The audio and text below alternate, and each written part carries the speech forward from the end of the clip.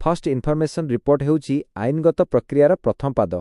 कौनसी संज्ञेय अपराध कग्नाइजेबल ऑफेंस जेउथिरे पुलिस बिना वारंटरे गिरफ करिपारे, जेपरिक चोरी, मारपीट, हत्या, बलात्कार इत्यादि घटिबा परे पुलिस पाखरे जेउ लिखित सूचना दिया जाए ताहाकू एफआईआर कुहाଯାଏ। जणे अभियोगकारी, कंप्लेनेंट, पीड़ित, विक्टिम किंबा एडवोकेट हिसाब रे एफआईआर रो सर्टिफाइड नकल सर्टिफाइड कॉपी किपरि संग्रह करा जाए से विषय रे संपूर्ण सूचना तळे दियागला। एफआईआर कॉपी संग्रह करिवार ओटी मुख्य उपाय। ओडिशा रे एफआईआर कॉपी आपण मुख्यतः तीनोटी उपाय रे पाई परिबे। 1 थानारू सीधा सड़क संग्रह physical copy from police station. मागणा कॉपी पाइबा अधिकार सीआरपीसी रो सेक्शन 154। एबेकार बीएनएसएस रो संपृक्त धारा अनुଯାयी एफआईआर दाखल करिबा परे अभियोगकारी को तुरंत एवं बिना मूल्य रे फ्री ऑफ कॉस्ट एक एफआईआर कॉपी देबा पुलिसर कर्तव्य। जदि परे दरकार हुए, जदि आपण सही समय रे नै नाहंती, तेबे संपृक्त थानार प्रभारी अधिकारी आईसी बा ओआईसी को एक सरल आवेदन पत्र लिखि एफआईआर रो सर्टिफाइड नकल मागी परिबे। 2 ऑनलाइन माध्यम रे संग्रह ऑनलाइन विया Odisha police portal.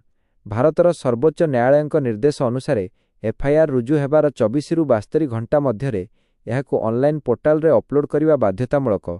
Sensitive case जेपरिक बलात्कार किंबा आतंकवादी मामला को छाड़ी डाउनलोड करिवार सेक्शन वाइज प्रक्रिया। ओडिशा सिटीजन पोर्टाल ओपन करंतु। स्टेप एक प्रथमे ओडिशा पुलिसर official citizen portal Odisha police citizen portal को जांतु किंबा एचआरपीसी ओडिशा वेबसाइट विजिट करंतु।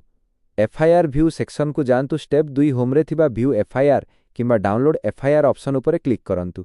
विवरणी प्रदान करंतु। स्टेप 3 एठारे आपनकु निजर जिला, डिस्ट्रिक्ट, थाना, पुलिस स्टेशन, वर्ष, ईयर एवं एफआईआर नंबर चयन करबाकू पड़िबो। जदि एफआईआर नंबर जणा नाही, तेबे अभियोगकारीक नाम किंबा अभियुक्तक नाम साहाय्य रे मध्य सर्च करा जाई परिबो। ओटीपी वेरिफिकेशन एवं डाउनलोड। स्टेप 4 निजर मोबाइल नंबर दे ओटीपी वेरीफाई करंतु। एहा परे स्क्रीन रे एफआईआर रो पीडीएफ देखा जिवो, जाहाकू आपण डाउनलोड करी प्रिंट बाहर करि परिबे। 3 कोर्ट रु सर्टिफाइड कॉपी संग्रह सर्टिफाइड कॉपी फ्रॉम कोर्ट। जणे एडवोकेट हिसाब रे कोर्ट रे एही उपायटी सबुठारु गुरुत्वपूर्ण।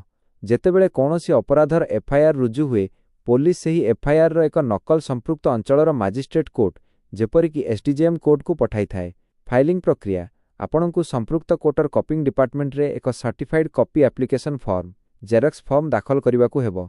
आवश्यकीय विवरणी फॉर्म रे थानार नाम, एफआईआर नंबर, वर्ष, केस काहा नाम रे अछि, स्टेट वीएस एक्यूज्ड एवं केउ सेक्शंस लागिछि ताहा उल्लेख करिबाकू पड़िबो।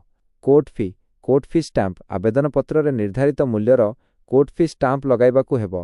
अभियुक्तंक पई नियम जदि आपण अभियुक्त अक्यूज्ड एंक पक्षरु आवेदन करूछंती, तेबे कोर्ट रे चार्ज शीट दाखल हेबा परे मागणारे कॉपी मिली थाए। किंतु बेल आवेदन पई चार्ज शीट पूर्वरु एफआईआर दरकार हेले एडवोकेट निजर वकिलतनामा बाकालतनामा दाखल करी सर्टिफाइड कॉपी अप्लाई करि परिबे। एंक पई किछि गुरुत्वपूर्ण टिप्स लीगल इनसाइट्स। जदि पुलिस एफआईआर कॉपी देबाकू मना करे, जदि थाना अधिकारी एफआईआर रो कॉपी देउनाहंती, तेबे आपण संपृक्त जिल्लार एसपी सुपरिंटेंडेंट ऑफ पुलिस आंकु पोस्ट किंबा लिखित आकार रे जणाई परिबे।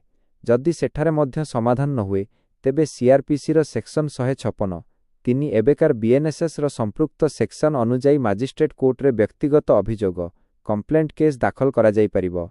आरटीआई माध्यम रे आपण चाहिले सूचना अधिकार आईन आरटीआई एक्ट 2005 व्यवहार करी मध्य एफआईआर कॉपी पई आवेदन करि परिबे, किंतु एथिरे साधारणतः 30 दिन समय लागि थाए।